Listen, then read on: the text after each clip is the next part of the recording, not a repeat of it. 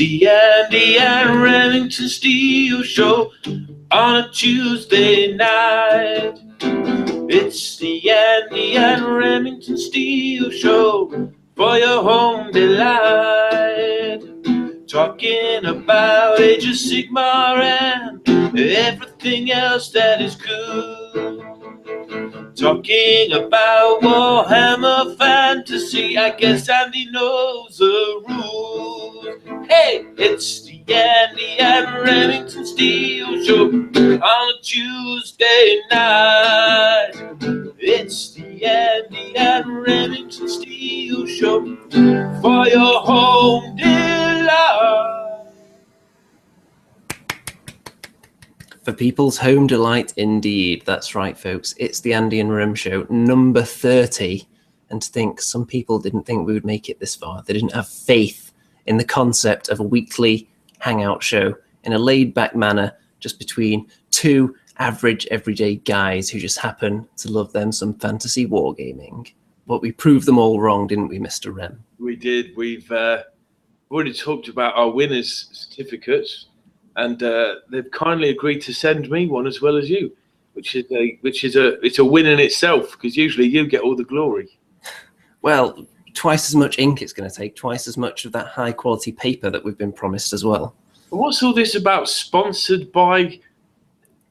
Tell me more. Yes, well, you may have noticed on the logo that this episode is brought to you by Dark Ops, which is of course the laser cut terrain company run by the legendary Mr. Pezapoo, who is, of course, a friend of the show. And you're going to have an opportunity to win a piece of their terrain on this episode. In fact, I'm going to show you what you can win right now, actually. So let me just get this all lined up and fire up the old screen share again. And here we go. So just by going to the Andy and Rem Show Facebook page and joining up, once your membership has been accepted, because it is an exclusive club, obviously, then if you post in there on the pinned post at the top, which is pretty self-explanatory, when you see it you'll know, then posting in there will give you a chance to win this piece of terrain, or one very much like this in an unassembled form. Wow. So can I just ask, Andy, did you receive one? I have not received one as of right now, but you never know, I might get my hands on one. And you can see that it's... What do you get for your £20? Do you get it painted like that, or how does it? It comes flat, laser cut, and you can. This is what it ends up like if you paint it up nicely, like Mr. Pezapoo has done. So cool. It's not exactly small. No, it's a lot larger than the little sort of morgue you get with the Garden of Moor. Yeah, and look at the interior detail as well. For £20, I wouldn't have expected to get this much. You can add a lot of detail to that, can't you? You can sort of put flames coming out of it. You can add little, you can engrave things onto it. You can stick a orc head there somewhere, or a dwarf head there. Well, look at that. Chapel. This is all laser cut as well, and you've got little candles in there and everything. Yeah, I'm liking this. I think I like it open plan myself better. Yeah, you can take the roof off and then put it back on again. Yeah. Depending what kind of game you want to use it for. Most of the terrain they've done so far has been sci-fi, but I have been nudging them in the direction of fantasy-based terrain as well, which is where this has come from. And there may be one or two other things popping up in the fantasy realm from them. Look at the round stained glass window there, Andy. It looks like a Nurgle sign. Maybe it does a little bit. Yeah, maybe there's a hint of Nurgle in there. Well, there's Nurgle's rot on the roof, that's for sure. Yeah, so if you want to win one of these, you have to head over to the Andy and Rem Facebook group, which is linked in the description. Is that bronze membership reward then, if they join the group? If you join the group, then you will get some level of membership. I'm thinking that entitles you to at least a kind of a bronze membership, maybe. Mm. But we are actually going to be opening up a brand new membership scheme in honor of the new Fyreslayers, the Your Gold membership. However, there are a few conditions. First of all, you have to be a platinum member. You have to have, in gold, on your flesh somewhere, stamped in there, the logo of the Andy and Rem Show, and you have to make a minimum 6-figure donation to the cause. And then you become a Your Gold member. And what do you get for that, you may ask? Well, quite a lot, to be fair. Obviously, you get to watch the show every week, just like everyone else. But in addition, we'll also perform one live weekly show in your living room per year. Nice. Plus, I will give you all my bronze awards I've ever received in my lifetime. And I have 2 in my bedroom drawer waiting for you guys. I've got a bronze swimming survival award, and I've got a bronze medal in disco dancing. Yeah, so if you want a mystery item from Mr. Remington's bedroom drawer, you better get right on that now. Also, I did promise them that if they become a Your Gold member, then you will perform some kind of song on a romantic date with their significant other. Yeah, no problem. I think you do that. If they're making a 6-figure donation, I think it's the least we can do, to be fair. So let's see who we've got in the audience tonight before we get on to the meat of our discussion, which is going to be centered around some bearded lovelies, just like me. Except they're not quite as manly as me, are they? Let's be honest. So the first commenter thing, I think we're going to have to ditch that idea because YouTube keeps destroying the opening 10 comments or so. It keeps rearranging them and dropping them and then teleporting them back in again. So at the moment, J Root appears to be the first, but I know he's not really the first commenter. But there he is anyway. Benjamin Powell, Wasgob, Shaven Skaven, which is a great name. Yeron73, Dieter, Miznosis, lots of familiar names here. Matthias Matson, MC1 Gamer, tremendous to have him as always. We've got, let's see, Dialogicals, Ronnie Dodd, YouTube newbie, another veteran. Who else have we got in here? Master Dwalin, Madam Mayo. We've got Courtney Brightwell, which is a name I don't think we've seen before. We've got the legendary man himself, Tabletop Minions. We've got James Hewitt, game industry legend. We've got Graham Rigg. We've got Barrett Muscleman, the toughest name in wargaming. And anyone else? Oh, yeah, there we've got Danny Ashby, former appearance on this show. We've got Gloom Dready Gaming, as always. And I believe that is everyone that has commented.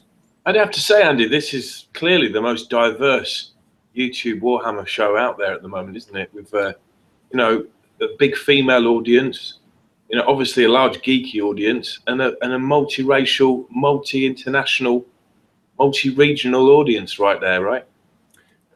I certainly think so, based on what I've seen just there. And do you think we could possibly be the most diverse, maybe even the most progressive wargaming show out there? Well, I should say so. And I should say, I was just thinking about it. If one of us had to be Gotrek or Felix, who would be Gotrek?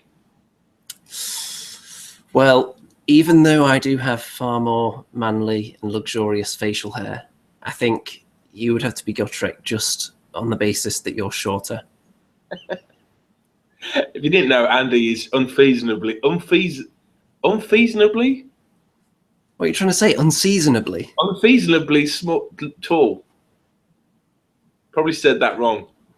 I had trouble today writing behaviour out at school. I had to fill in loads of reports, and I had to write behaviour a lot in the reports. I actually forgot how to spell it after writing it so many times. Oh, by the way, you've just insulted the audience already. Oh, gosh. Because Dreddy says, big female audience, you calling me fat, mate?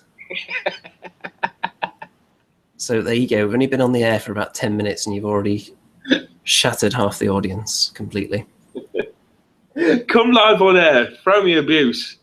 Oh, Plastic Sturgeon's in there as well. We couldn't miss him because he is a card-carrying platinum member for the Andy and Rem show, having the first comment on a previous episode. So, last week we had some vaguely shifty, grainy images of some of the Fyreslayers. This week, however, they are right up there on the GW website. So I think we should get straight to them and then we can have a look at their rules as well and delve into them with our fangs. Right. See what we think.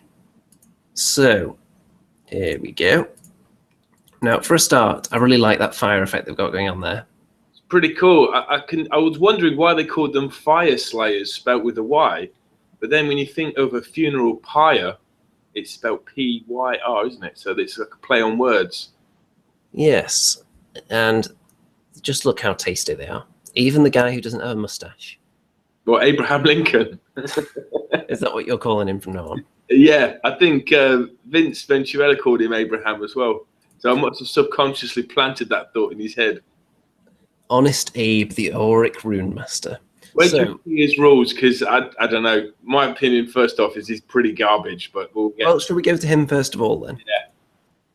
I mean, what do you think of the model first of all? Seeing it in glorious HD here. Let's go to the 360. That's always a treat. All right. First off, I love them all. Oh, I haven't seen that cloak before. Let's have a look.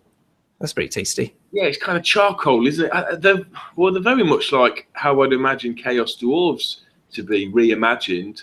Look at those twin mohawks he's got there. Yeah, that's pretty cool, man. Yeah, they're pretty cool. I'm not too sure about that weapon he's got there. Maybe it's because in your title picture you planted my face on each side of it. Now, yeah, I do like it. What is that on his? What's that on the front of the crest? Is it a beak? It looks like some kind of dragon beast, doesn't it, on his head? Interesting. Interesting indeed. Yeah, cool miniature, right? So you think, oh, is this guy kind of like a Lord level character? Well, £18, so you'd think he is. Let's have a look at his rules, shall we? As is very convenient to do now on the Games Workshop website. You read it out. Read it out, Andy. I haven't read that bit. Well, here we go. The Auric Rune Master is the high priest of the Forge Temple and keeper of its ancient lore. In battle, the Rune Master seeks out hidden Your Gold, a single word sending Fyreslayers plunging into the enemy to harvest the precious metal.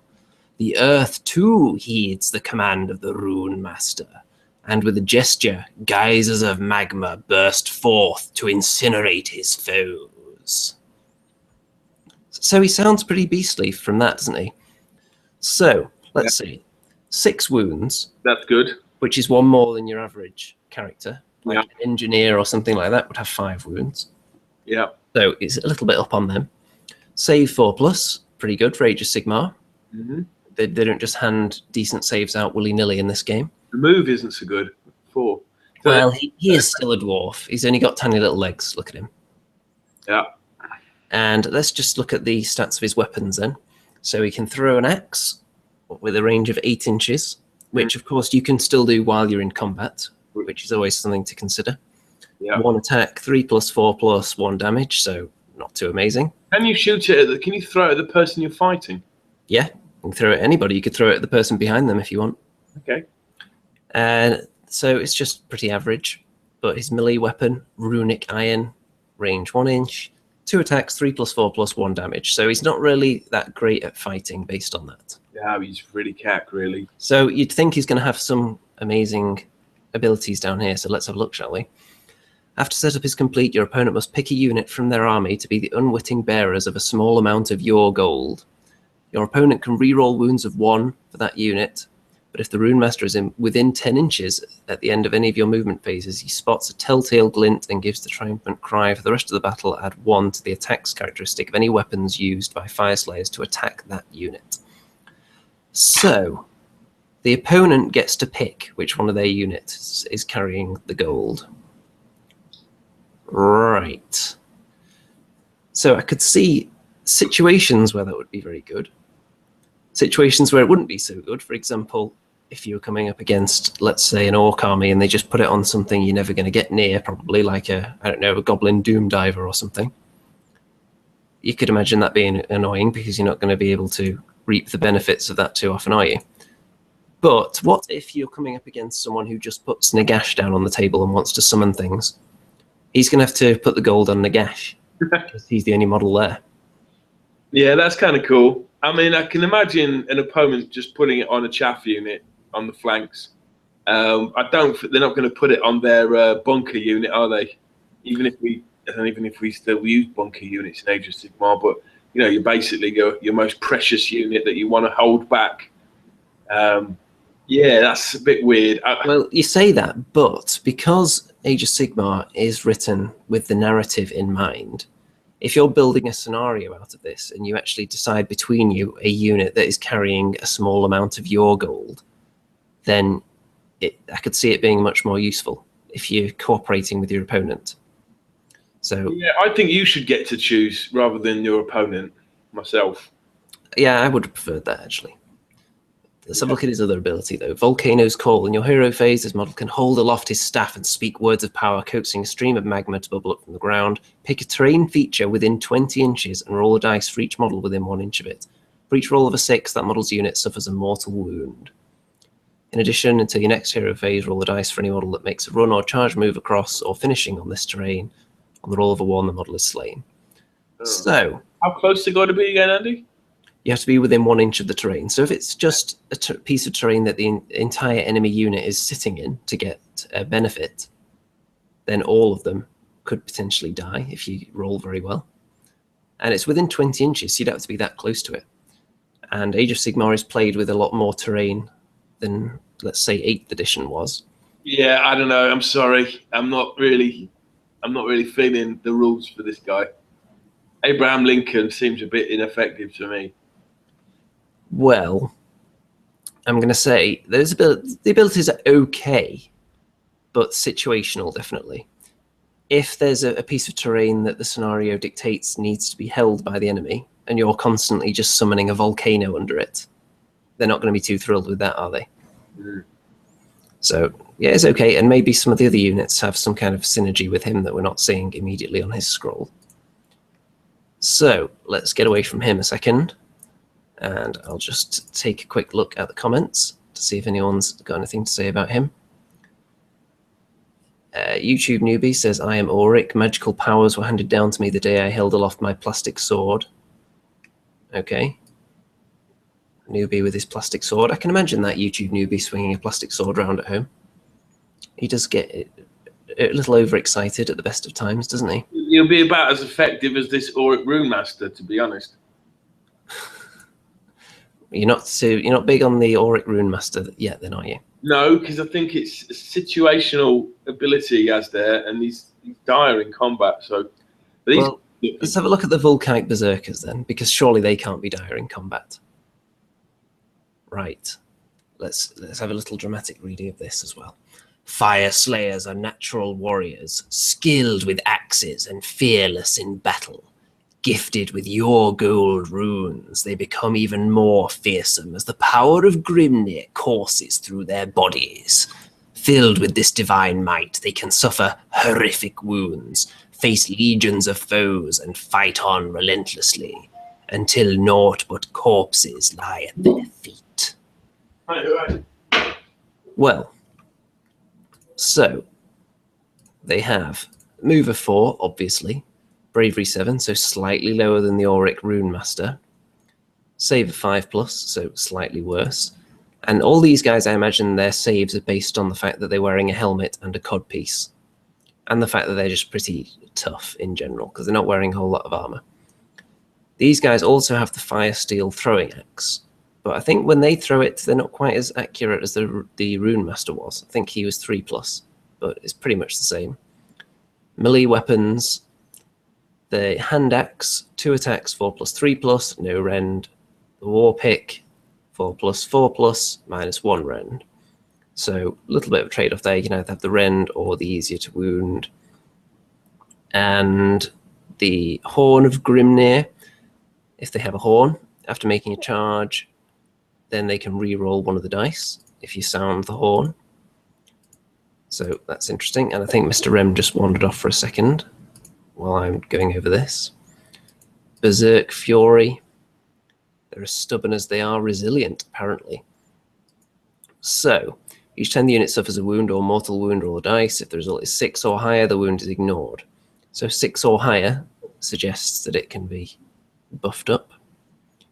Add 1 to the result if the unit had 10 or more models at the start of the phase, or 2 if it had 20 or more. Right, so you want to get quite a lot of these, and even when they're dead, because it's only at the start of the phase, so that's pretty tasty. So even when they're lying there on the edge of death, they're still chipping in with a little bit of help regarding that. So that's nice.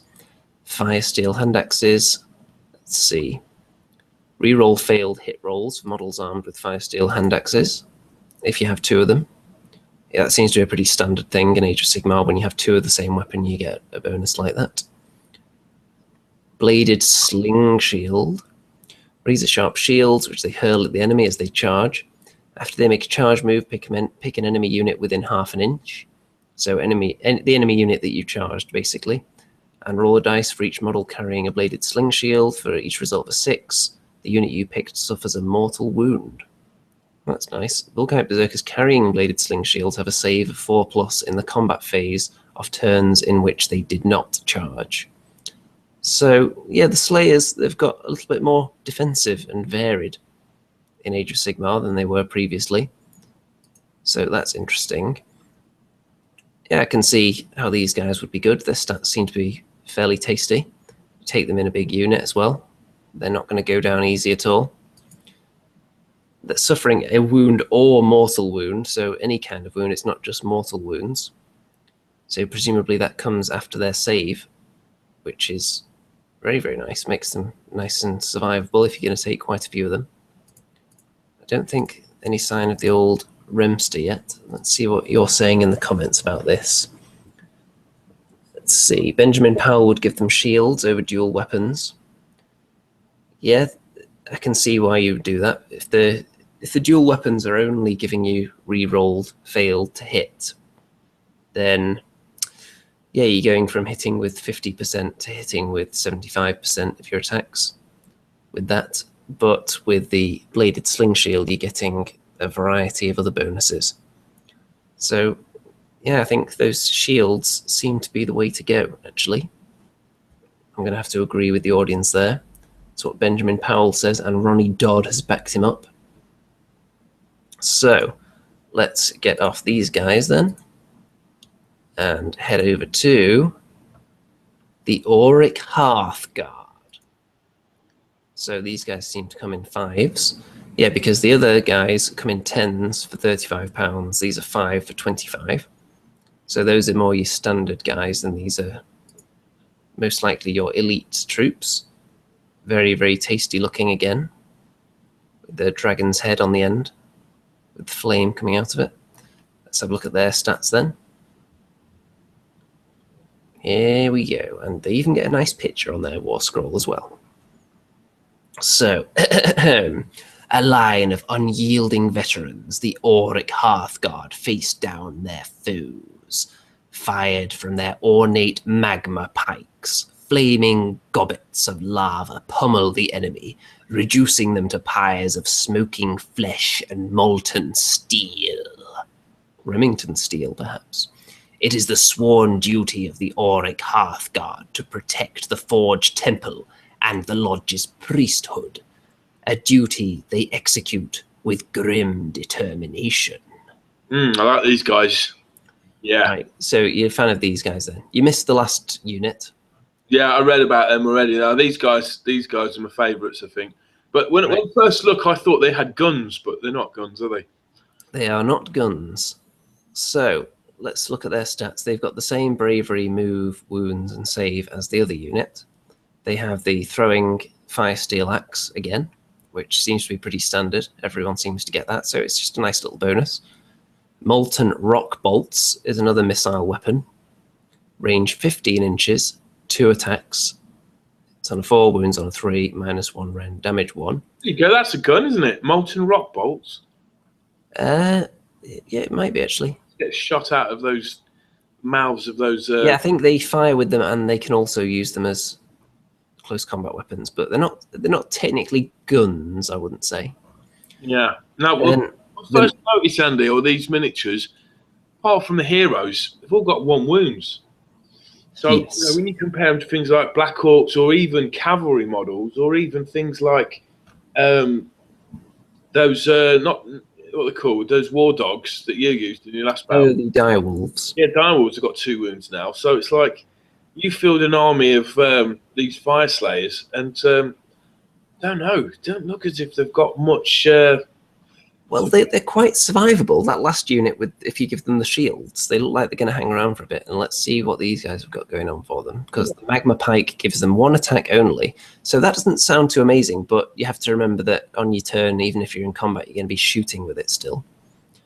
So let's have a look. 5 more models. They're armed with a Magma Pike, a bladed polearm that can loose molten rock bolts. Yep, so they just shoot out the end of their pikes. And the Carl, his magma pike causes 2 damage rather than 1, so not a huge difference. Molten rock bolts. Let's see, roll a dice at the end of the shooting phase for each monster that was wounded by a molten rock bolt but was not slain. On a result of a 5 or more, it is encased in rapidly cooling stone. So until the end of its next turn, halve its move and subtract 1 from any hit rolls for its attacks. So that's pretty tasty, actually. If you can get that on a monster, you only have to cause a wound, and then you're really hindering it. Yeah, that is really nice. Yes, that could be good. Then Sworn Protectors. Fiercely protective of those who rule the lodges that they guard. Add 1 to the result of any hit rolls if their target unit is within 5 inches of a Fyreslayer hero. So yeah, they don't have to be within range of the Fyreslayer hero, but the target unit does. So that's interesting. Normally you get benefits if you're close to the hero itself, not just something that the hero is near to. So it's different. I think they're pretty tasty. I think unleashing all that stuff at close to medium range, if you send them in behind your cannon fodder, which would be your other guys. Yeah, but you only get 5, don't you, in a pack? So how many guys do you think you'll need realistically? Well, there are no bonuses attached to having more of them, by the looks of it. So you could rock up with 5 of them if you wanted. I don't think that would be particularly feeble. Or 10. We think the average unit is probably about 10. Yeah, you could have 5 of these and 5 of the other guys, which we'll get to in a minute. Right. So, what do you think? Do you think these guys are better than the... Let me just remember what they were called again. By remember, I mean look. You think they're better than the Volcanic berserkers then? Yeah. Right, let's go on to the Hearthguard berserkers now then. So... I like them as well. Yeah, they look pretty tasty as well. Might have to get one of each. That's how they get you, isn't it? Mm. You think, oh, it's a dual kit. It's just £25. You can make any of these, but then they all look cool, so you want to make them all, so you have to get 2. So I'm going to have to read out what it says about these guys as well now. Here we go. Hearthguard berserkers are the chosen champions of the Rune Father. Masterful warriors, they wade into battle, their broad axes hewing apart the foe, while their flame-strike poleaxes set enemies alight with smouldering braziers. Under the steely gaze of their lords, they fight on, even unto death, shrugging off all but the most devastating wounds. Well, that sounds promising. So let's see if that's translated in the rules. So their bravery is 1 higher than the rest, which makes sense because you'd be pretty brave if you were running in with a weapon like that, wouldn't you? Okay, but the saving throws average. Yeah, only 5+, but yeah. They also have the throwing axe. Berserker broad axe, 1 attack only, 3+3+, -1 round, but 2 damage on that, and only 1 on the flame strike polearm. So the flame strike polearm looks worse, but obviously there's some kind of benefit attached to that. Let's see. So some units wield the mighty berserker broadaxes, while others carry the flame strike poleaxes. Let's have a look what it says about them. Duty unto death, which is each time this unit suffers a mortal wound or wound of any kind really. If the result is 6 or higher, the wound is ignored. Add 2 to the result if there is a Fyreslayer hero from your army within 10 inches. Yeah, so they're not going to go down. It's similar to the one the other Berserker unit has, except that was for sheer numbers of them. This is just if you're near a Fyreslayer hero. So that Auric Rune Master, you didn't like his rules, but he is a Fyreslayer hero. So you want to get him near to these guys. Well, so if you got one of those guys near, then they've got a 4-up save and then a 5-up armor save. They've got a 5-up armor save, and then after that, they've also got this bonus, which would be a 4+ if he's near them. So he only needs to be within 10 inches. And also, if he's within 5 inches of an enemy unit, then that other Hearthguard unit have the bonus, don't they? So they've got 2 saving throws? It appears that way, yes. Okay. So it's kind of like a ward save. So let's see what this is. With each swing of a flame strike poleaxe, which is the one that looks weaker, then when it scores a hit, roll a dice. If the result is 3 or more, the target suffers a mortal wound. Well, that's after the attacks have been resolved. So that if it scores a hit, that is. So you still get to try and wound normally, but then you also could be just causing a mortal wound on top of it. Yeah, because we did look at these rules, but they were a dodgy, our attempt at a translation, I believe, last time. So that sounds pretty good to me. I think all these units have their place. What do you think about these ones?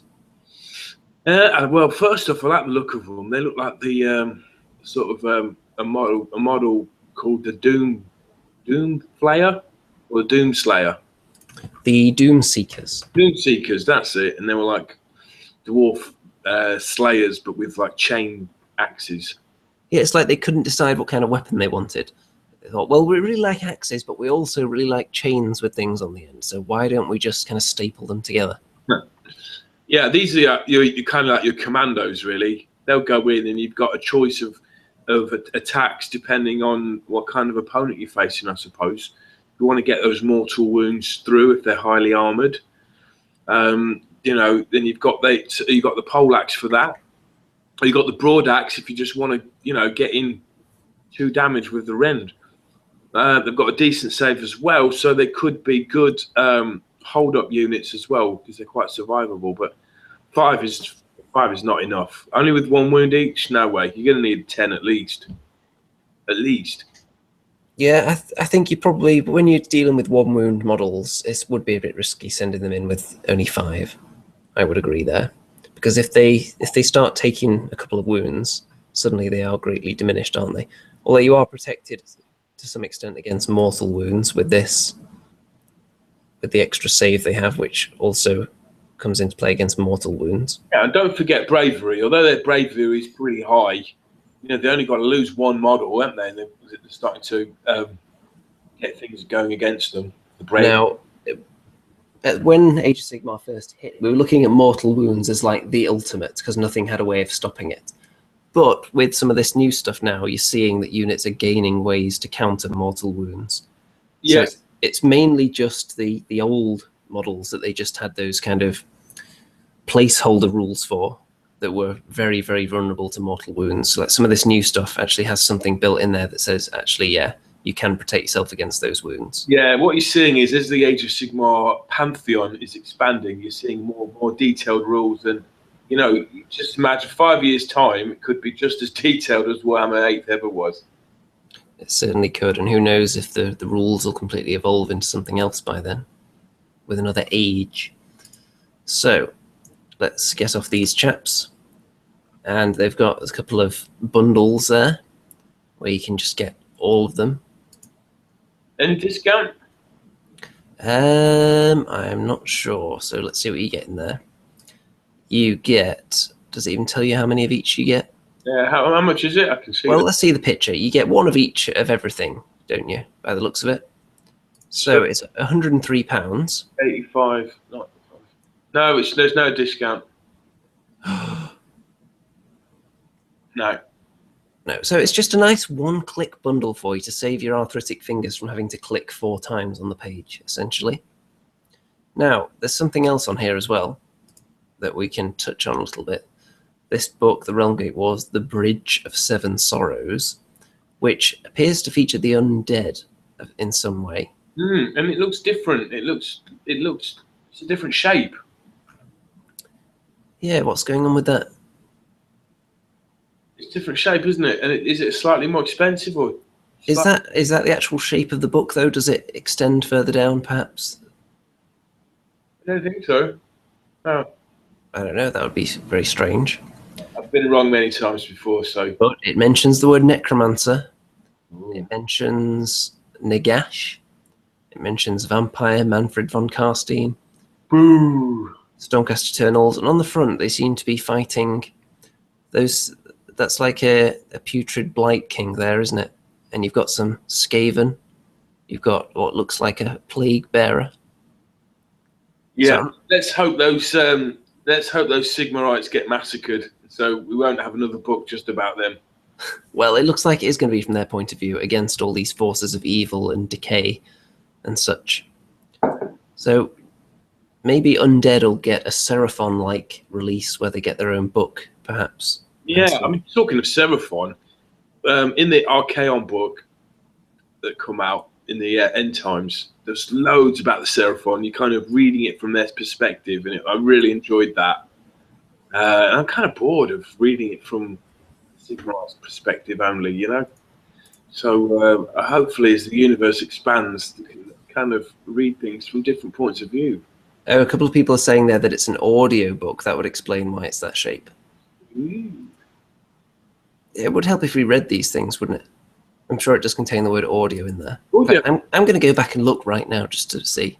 I fell asleep yesterday listening to an audio book, Tale of Two Cities. First paragraph's amazing, but it kind of fell asleep after that. I can't see the word audio here. I'm going to see. Well, it is the same shape as the other audio books, but the word audio doesn't actually appear anywhere in the description of it, oddly enough. Even in the title, it doesn't say. So that's a bit strange. Anyway, so. Well, that's not the end of it, though, Andy, is there? Because there's more Fyreslayer stuff to come. Well, there is. We've already seen pictures of some of the stuff that's to come, like those huge beasties. Yeah, I like the look of those. I'm sorry, I had an important call then to take, so I missed out on that. But yeah, I'm looking forward to those. Which one do you prefer? Do you prefer the sort of rune master looking guy, or do you prefer the warrior looking guy on the salamander? I don't know. I think I'd have to see them from other angles and see, because you can't really tell what the differences are between the two monsters just from that picture. Now, often with GW miniatures, your first impression is not always the best impression when you see the model in real life. Yeah, I think when you just see it from one angle like that in a blurry image that somebody in like Denmark or something has just taken with a bit of glare all over it with their phone, just sneaking a picture of the White Dwarf and leaking it onto the internet, that's not always the best way to form a judgment. It's only when you get onto the GW website and have that lovely 360 spinny that you can really see the model in all its glory. That's right. Now, is it time to show off some more of my collection? Well, since it's Slayer time, really, isn't it? So I think if you really want to show the world some of your Slayer collection, I think there's never been a more opportune moment. All right. So, guys, I took the opportunity to delve into my Warhammer collection of things, and I took some photographs of my Slayers, and it sort of goes through the history of Games Workshop. There's a nice looking lady up there. This one first is, can you see that? Yes. Yep. This is Garagrim Iron Fist. He's the son of the Slayer King, Ungrim Iron Fist. And that's kind of about all I know about him, because they don't have any rules for him anymore. But yeah, he's a Slayer as well. And the model for his father, I always thought it was a bit naff looking, but I kind of like this guy. So that was him. I don't know if it's actually still available, but here's a Demon Slayer model. The old classic. Yeah, but actually it's probably the newest one out of the ones I'm going to show you. I especially like the little dotted effect I've put on his head. So he shaved his head, but there's some hair growing back. As you can see, I haven't quite mastered the gem technique there. The blue gems aren't nearly shiny enough, but it looks like you haven't even mastered the art of potpourri bases at this point in time. At that point, I couldn't be arsed. I was just putting anything down. I was just layering it with PVC glue, just dipping it in in pots of whatever I had. So it's a shame, really, because I guess I've got to move more to round bases at some point. Guess who that is?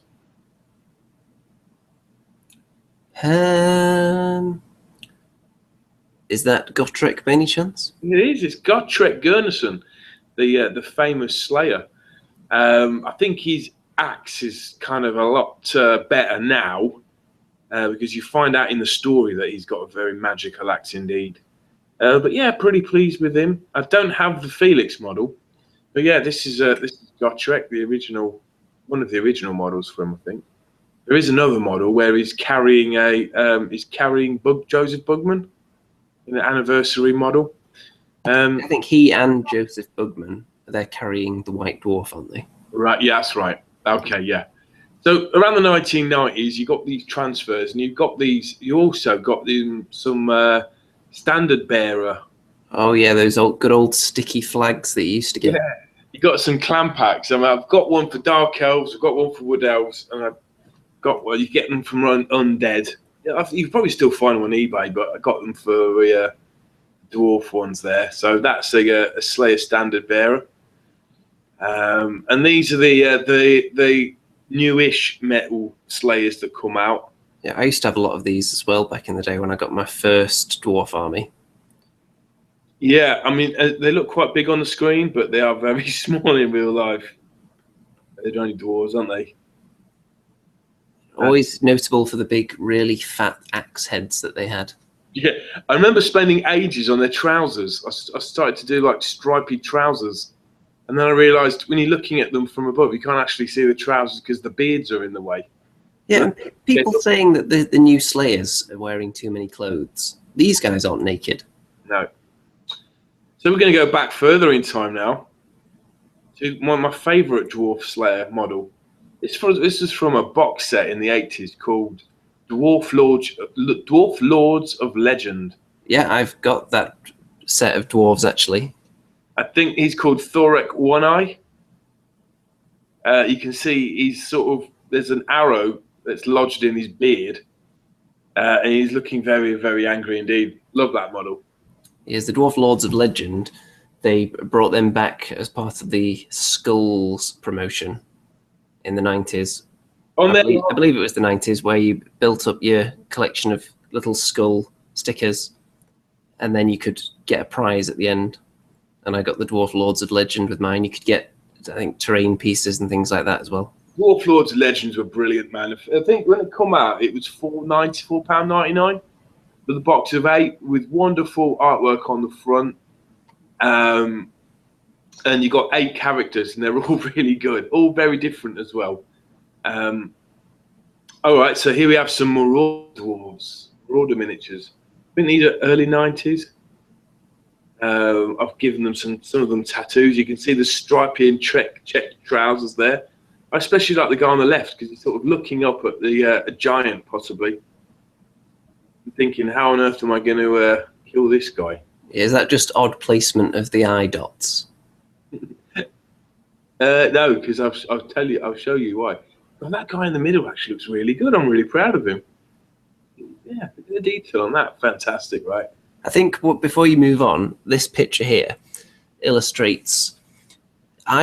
Looking at these, I would say that if I saw someone that painted models like this, right now, my models I paint, I prefer them to this. But looking at these models, I can tell that the person painting them is going to become a better painter than I am, because they've got the basics down of the techniques.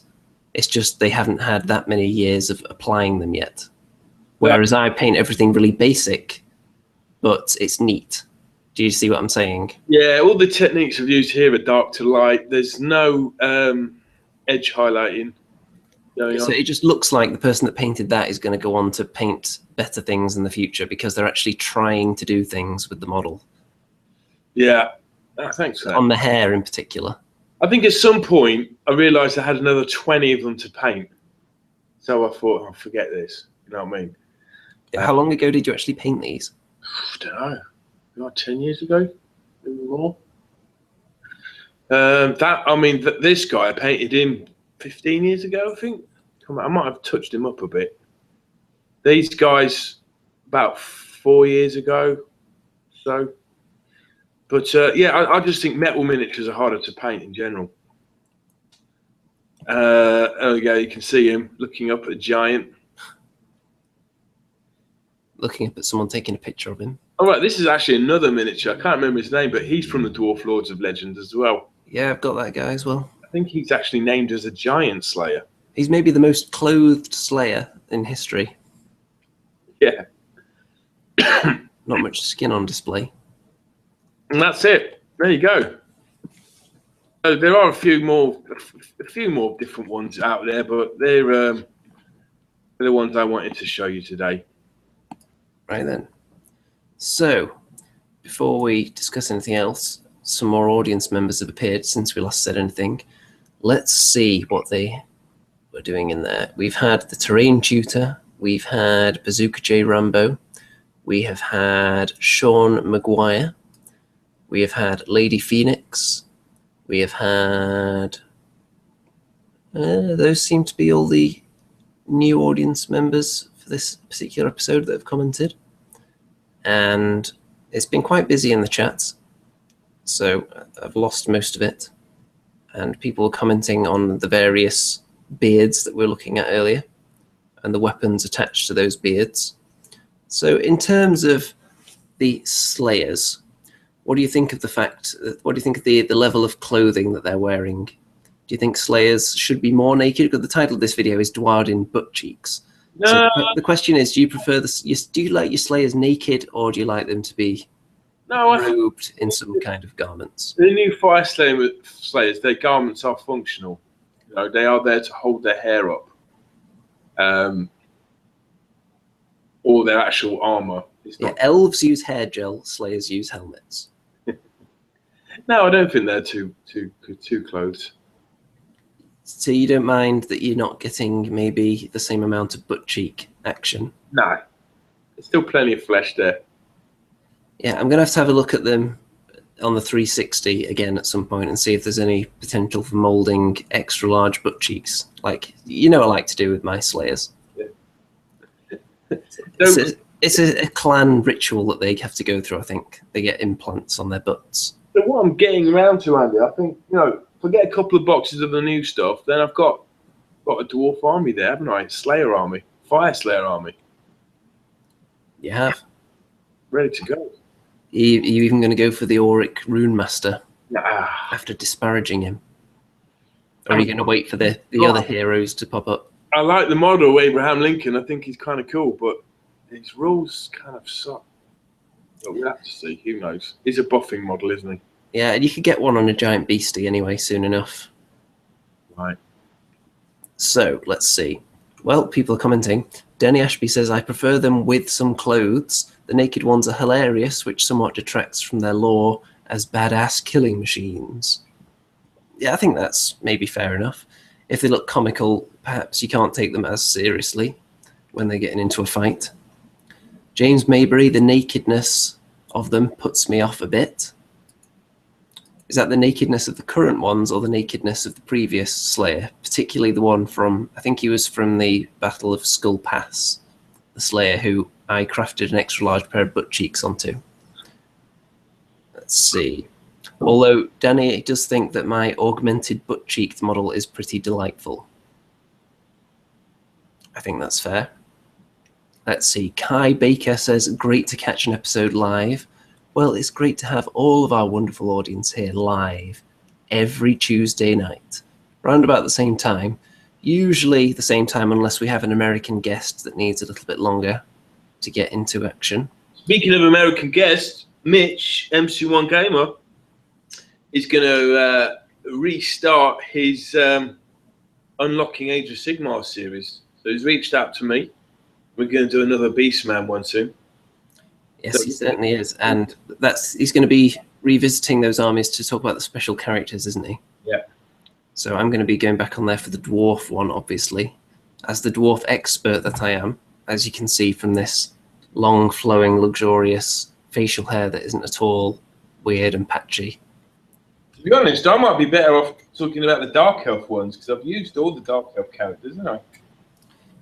I didn't use... Oh, there's one I didn't use. The Witch Queen. Not Morathai, the other one. The Hag Queen. Ah, yes. Well, in all your wealth of Dark Elf experience now that you've had one game... Yeah, we do need to get some more games in pretty soon. YouTube Newbie has an interesting comment. To be fair, it is documented ancient warriors used to show their genitals to unnerve the enemies.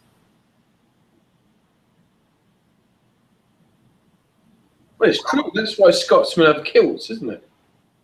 I don't know whether that's the only reason. But yeah, let's go with that. Have you seen Carry On up the Khyber? Yes, I have. Okay, let's see.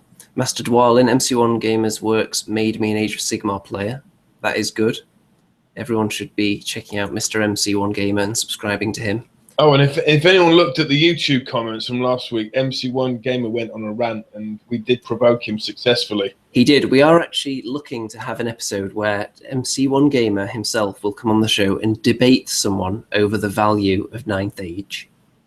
Because obviously he's not the biggest fan. He doesn't have anything against its existence. He just doesn't think that it should get the same attention as a legit game. And there are people out there that think that Ninth Age is just as legitimate as Age of Sigmar. So if someone wants to step up and put themselves forward as the man or woman to oppose Mitch in a grand debate, then let us know. What you've got to do is tell Mitch, write to Mitch and say you think Ninth Age is a legitimate game on the same level as any GW game. Yeah, and you will get endless paragraphs in response to you. He must be a real fast typer, man, because they were like, each comment was like that, that long on the screen. He might have stock responses, though, just ready to paste in there. Like, oh, yep, there's someone saying that Ninth Age is something that's to be taken seriously. Here's my 10-page essay on that. Copy and paste. They should employ Mitch for GW just to answer the complaints, the complaints call center. I don't know. I think you'd upset a few people. Now, there's someone asking if I'm wearing pants. Who said that? I can't find it anymore. Oh, it's James Maybury. Am I wearing pants? I don't think you're wearing pants, Andy. I think you're sort of a commando kind of fella. Well, I am fully clothed at the moment. Or Y-fronts. Can you imagine? However, on the subject of clothing in Hangouts, at some point in the future, there is going to be a charity naked hangout that I'm going to be running. Obviously, people are only going to be shown from like the neck up, so you're not going to see anything. You're just going to have to trust that they're naked, and then we'll get people to make charitable donations. When we think of a charity that wouldn't be embarrassed to benefit from such a cause, from such a. Well, I'll go naked on the show if anyone wants to donate a 6-figure fee to RemCon. If you know what RemCon is, it's the wonderful game event I'm organising, and there's a side event going on the day after. It's a sort of the sobering up event, just before you have to go home. It's called, what's it called again? Andy something? Well, the way it's actually going is there's this huge event, this extravaganza called Andy Palooza. And then to get people warmed up, like the act that goes on just to get the crowd going before the main event comes along, then you've got RemCon filling that role, is the way it's going to work. So we are still choosing an appropriate date for that as well. Let's see what the audience is saying about this. Timothy Lind, also apologies for staring at you guys at Warhammer World. You look vaguely familiar, but it was killing me that I couldn't place you guys. Was visiting from New Zealand. You should have come and said hello, man. I didn't notice. I did. I think I remember you. I thought you were just looking at the minis. I wanted you to stay and behold the wonderful endless hours I spent on my Drukai as though getting annihilated by Andy's dwarf cannons. Well, I was just assuming that everyone was going to be staring at us there, since we're such A-list celebrities, like in the upper echelons of the Warhammer community. Speaking of talking to people while they're actually playing a game, when I first visited the club that's closest to me, I thought people were being quite rude. They weren't really that conversational, but when I actually played the game, it's so intense. There's so much to remember in the moment that it's not, it's easy to just have to blank everything else out of your zone of game. So I kind of understand it now, why people aren't that sociable while they're playing. Now, before we get to our final topic of the evening, because it's not going to be a particularly long show tonight because Mr. Remington has some important matters to attend to, such as sleep, then first of all, I'm going to point people in the direction of Dreddy's channel and say that you should head over there and look at her last video, which was all about, and Mr. Remington, you once said, how do we get more women into wargaming, I think you said. And that video is basically all about that. And it comes down to, if you want to get more women into wargaming, it's not just about... Get me on your show. Well, that's stage one, perhaps.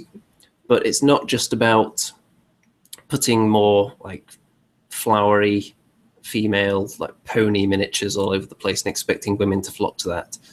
And it's mainly about treating women just as human beings like the men, and not treating women as like this awesome commodity that can be traded in a wargaming community. Like, well, we've got a very attractive lady down at our war games club and you haven't, so ha ha ha ha. They don't want to be looked at that way, is what it boils down to. It's an hour-long video that is a very good listen, though, so people should check that out. So basically, what she's saying is women that are into wargaming aren't looking for sexual partners. Or if they are, then that would be very, very secondary. It's kind of like the last place they'd look if they were looking for that. I think that they just don't want that to be a factor, really. They just want to be in there with the wargaming, just like everyone else. Fair play. Fair play. So, Vince Venturalla's topic of the week this week is something that we can actually offer some very valuable insight on. Setting up a YouTube channel. Now, Mr. Remington, if we were to empty your mind of all the tips that could be potentially given to the audience on setting up a YouTube channel and running it successfully and consistently, then we could probably just go off the air right now. But if you've got any kind of wisdom nuggets in there, then now is a good time to dish them out. Yeah, you can pretty much write off your first five videos that you put up. And once you get to the 20, 30 mark, you'll probably delete your first 5 videos.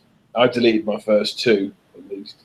I'll probably go back and delete the others, but yeah, your first few. But you got to get them out there. Johnny Cash once said, "You know, success is built upon your failures. You have to just do it, and then each one of those steps is a stepping stone to success." And being natural on camera. That's what it's really about. Being natural, being funny, being positive. Even if you're quite negative, you know, being confident in that. And being quite animated as well.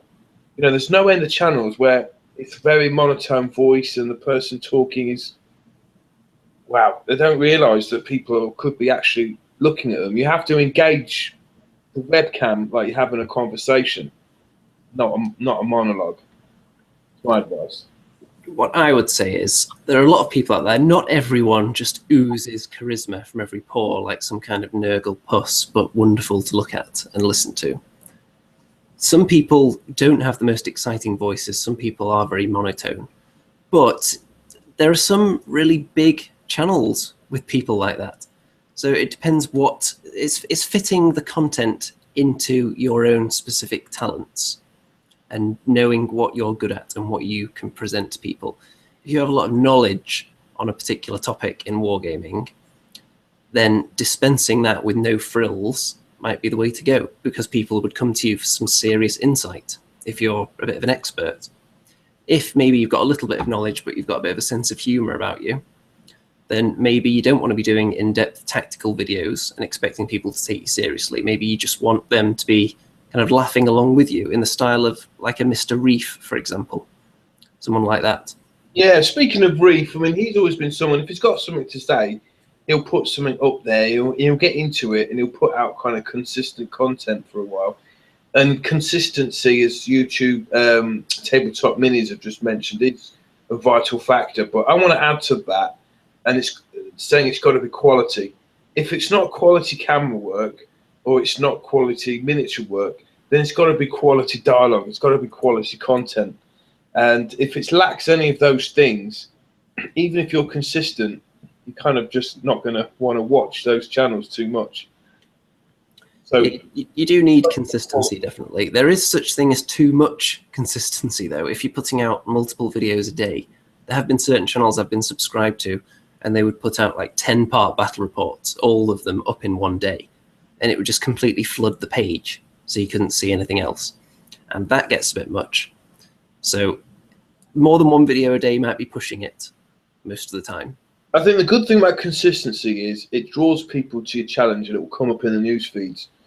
Whereas someone like myself, I haven't posted anything up for ages, but if you actually go on my channel, you'll see some quality content there. Well, that's I'm not sure about that one. Yeah, loads of painted armies there on display. A few battle reports, a few monologues by myself.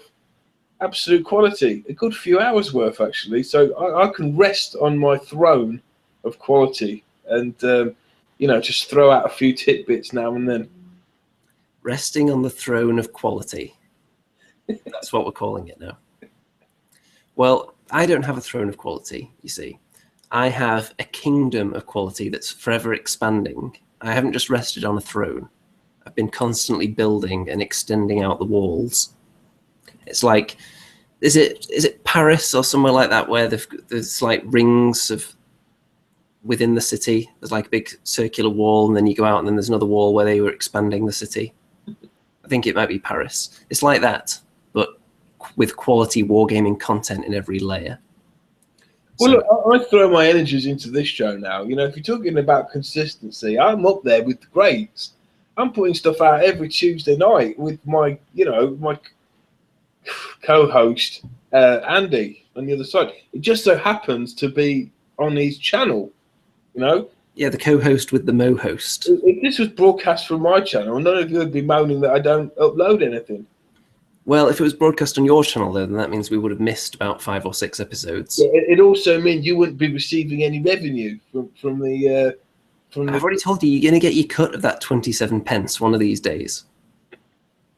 I think we did actually earn like in excess of £1 once from one of these videos, but that was a while ago. I think we get about 12p maybe for a video. I think. What's the most views you've had for one video that you put up? The most views I've had on one video, I think, was the Betrayed Wargamer, where I had a knife and I was complaining about Age of Sigmar in an American accent. I think that got about 12,000. Wow. I think I'm on about 3,000 for my Beastman army display. Yeah, that just completely shot past my Dwarf army book review, which got about 5,000. Yeah. So it's basically, if you can put something out there in video form that people are going to be interested in, then do it. If you can put something out there that's just going to be something you enjoy doing and you don't really care if people watch it, then still do it.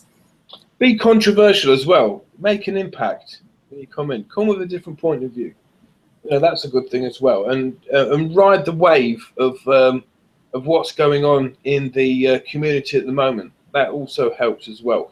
When I remember when the new Dark Elf releases were brought out a couple of years ago, when they brought out the Medusa model on the throne thing with wheels on, and I wrote the back of that and reviewed the new models. I think I got about 5,000 views for that. Was something like that. It was just because of the timing.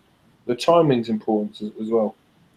I did have one video that had quite a few views at one point because I used the word topless in it, and it had me without a shirt on for that video. So that got quite a number of hits. But really, you have to think, what are you going to get out of putting up a video? And if you think it's going to be more work than you're actually going to get back from it, the feedback you're going to get from the people and the enjoyment you have making it, if that's less than the amount of work, then obviously you should think twice about doing it. Definitely don't start making YouTube videos to make money, though. That's the worst idea. I think it's important to give back to the community as well. So I'm talking about platinum membership as well. If you're not going to put any videos up, you might consider helping up channels that are putting out content. And it's good to be, what's the word? A leecher. Be a leecher for a while and then be a seeder. I think I was a leecher for a good couple of years, looking at loads of channels while I was painting and stuff. And then eventually I got so lonely and I wanted to make more friends in the Warhammer world that I thought, I'm going to start putting myself out there. And Mr. Malorian was one of the first people to write back with showing interest in my channel. And that kind of really spurred me on as well. So I think it's really important for people that are quite established to encourage new people. Yeah, Malorian scouted you from a young age. Mr. Reef had you on loan at one point. And then I got you with your first pro contract for this show. That's right. You're like the Manchester United, aren't you? Well, we don't use that word in this show.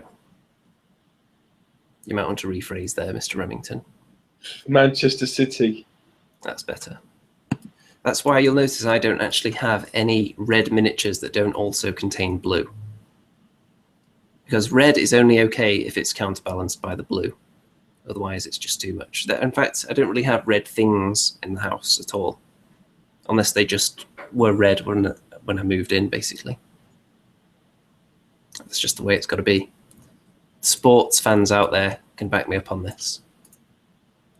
So I'm going to remind everyone who showed up late tonight that they should join the Andy and Rem Show Facebook group, which is linked in the description. And there you'll find an opportunity to win a piece of laser cut terrain from Dark Ops, which is the laser cut terrain company run by Mr. Pezapoo, who also known as the Krampus Poo. And you wouldn't want to make him mad because he may very well find his way down your chimney and do terrible things in your house next Christmas. Oh, my last bit of advice is don't make your videos too short as well, because most people are painting miniatures while they're listening or watching your videos. And if your video is only like 30 seconds or 3 minutes long, that's hardly enough time to sort of, you know, wash your brush and get the next bit of paint on. And you don't really want to put them down to then go back on YouTube and find another video. So, you know, try and make it a healthy amount of time, five to 10 minutes to start with. Yeah, I think some people hear that you need to make your videos short and snappy, but this isn't like any other community. People want to watch YouTube videos and listen to wargaming podcasts, often while they're painting and doing hobby stuff. So if you're constantly having to click on different videos every 2.5 minutes, it does get really annoying. So some people just like long videos like this that they can just listen to while they paint away. So in other communities, yeah, you don't want long videos at all. If you want something to go viral out there and get millions of hits, then it's got to be like 6 seconds or less. But in the wargaming community, you have to take a little bit of a different approach. Long videos, maybe not too horrendously long, because someone looks at a 4-hour-long video, and if the start doesn't immediately grab them, they're not going to stick around for that. But if you go for like 6 or 7 minutes with most of your videos, and I think people can sit through that, even if the start isn't too riveting. Maybe they'll sit through it and get to the juicy stuff later on. With this show, of course, we start off with pure juice in musical form, and then just from the off, it's just wall-to-wall, hard-hitting, wargaming, fantasy content, really. And proof of the pudding that a lot of our viewers are female is because they can multitask. You know, they can have conversations that are off topic on the chat whilst listening to us and paint. Yeah, anyone who doesn't catch the show live, you're missing the whole community that is existing in the live chat, because they go a bit nuts in there, don't they? They have a mind of their own, and they wander off into different topics that we daren't actually reference on the show sometimes.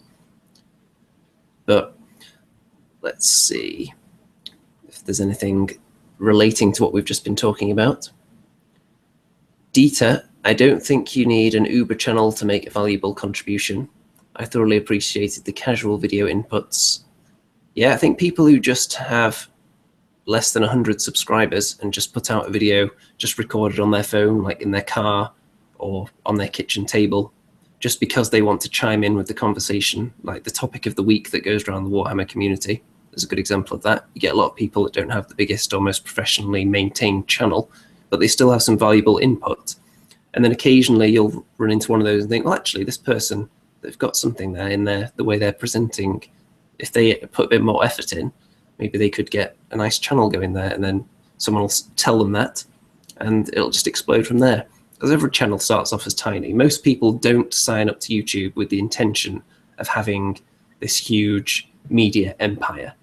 Some people end up that way, but very few of us sign up with that intention. Obviously, this channel now has grown to, it's gone way beyond what YouTube can contain. Right? If you're starting a channel, all right, make sure you have a shower, you know, do your hair nice. It's like you're being viewed by hundreds of people out there. You might think it's all right to wear the same clothes for 3 or 4 days in a row because you sat at home and you've not got a job and you're just painting all day, and then you might put a video up. Well, you know, you got to think, well, people are watching and they're judging on your appearance as well, so make it nice. You know, I'm fortunate all right, because I've got a beautiful bat cave here. And obviously I'm blessed with good looks and nice clothes. So I know that's not for everyone, but just make an effort is what I'm saying. Make an effort with your appearance. On the show, we do hold ourselves to quite a high standard when it comes to fashion, obviously. Our colour choice is pretty much beyond reproach, isn't it? Well, Andy, you can definitely spot you in a crowd, that's for sure. Yeah, people do generally spot me in crowds a lot. It's hard to miss me. Plastic Sturgeon says, don't think I could handle a channel. You see, my ploys actually work to put people off making their own channels and thus dividing the community and perhaps not watching our show as much as they might have. Yeah, it's not for everyone to have their own channel. Now, before we start thinking about wrapping this up, I have just received word that I may very well get a copy of Vermintide. Oh yeah, I haven't even gone into Vermintide yet. I've been on that loads this week. I've actually completed it, Andy. Have you? Good, because it seems like the kind of game that people want to see. Because I put up a video asking if people would like to watch us playing that before I decided to whether I should make a purchase or not. It's quite addictive. It's really good fun. I think they're creating more missions as well as it goes. If they loaded another one on New Year's Eve, where you have to kill a horned rat. It's 4 players, isn't it? Yeah, up to 4 players. There's you get to a level where there's a grey seer, Skaven, and you have to destroy the bell that he's using. That's doing you damage and summoning all these Skaven slaves. If you like to kill lots of vermin, it's really good for that, I tell you. Well, surely everyone loves to kill vermin. Each character in it that you can choose, you don't have to necessarily stick to one of them. You can you kind of gain items for any one of the characters, so it encourages you to play the different characters. And invariably, if you're playing multiplayer and you're doing a drop-in game, someone might have already selected your character. So if you like the Way Watcher, someone might have already selected that. So then you have to go to one of the other characters. But you kind of like something about all the different characters. You get a fire wizard, you get an Empire soldier, who I think is probably the toughest one in my opinion. You get a dwarf ranger, and you get a witch hunter, which is probably the most interesting character. Reminds me of quite a lot of you, Andy. Sort of tall. You did say that it sounds a bit like me, so I'm looking forward to seeing whether that's true or not. Yeah, he's got a pistol and a rapier. He's very fast. Sounds like me. Yeah, I like him. But my favourite one is probably the Empire guy, because you get a double-handed sword with him, and you're just scything through 10 Skaven at a time. Well, we'll certainly give that a try, and look into the various methods of recording it and uploading our humorous antics while playing it, because it seems like people do want to see it. You do have to stick together, and you've got to help each other out, which I like as well. So if you fall off the edge of a tower or something, you don't immediately die. You sort of hang off the edge, and you have a finite amount of time that you can cling on to, in which someone's got to come and rescue you, and bat off the Skaven that are coming your way constantly. So it's a good sort of co-op game. You can't really do it if you go out on your own. You need help. Now, I know you have to go to bed at a reasonable hour tonight, so before we start thinking about our outro song for the evening, one final piece of advice for people setting up YouTube channels. The most important thing is that if you are saying anything worthwhile on your channel at all, then people are going to disagree with you, and some people are going to be mean about the fact they disagree with you. The only way you're not going to get any haters at all is if you just completely ride the fence and never say anything noteworthy at all. So as soon as you step to one side and become interesting to one group, another group are going to have an issue with you. So that's just something you have to accept. And if you don't want to deal with negativity, then you can just block everybody. And there's no harm in doing that. Feel free. I've blocked many a person, should I say, on this channel. I don't know whether you've had to deal with any of that, Mr. Remington. No, I get just love coming my way. Well, maybe you haven't said anything noteworthy on your channel then. So, Andy, to wrap it up, we've been requested to do an opera song. An opera song. Yeah, someone asked if you were an opera guy, and I told them that no, you're more of a Google Chrome kind of guy. Well, I don't mind giving it a go, but maybe we could make a little game out of this. I was thinking maybe I could sing a line in an operatic style and pass it over to you, and you sing a line in return. And we could see how long we go for. Can we hit her out? That could be an interesting and possibly dangerous experiment that could result in some kind of car crash TV. I could be the tenor, and you could be the soprano. Well, you know what my one singing voice is, folks.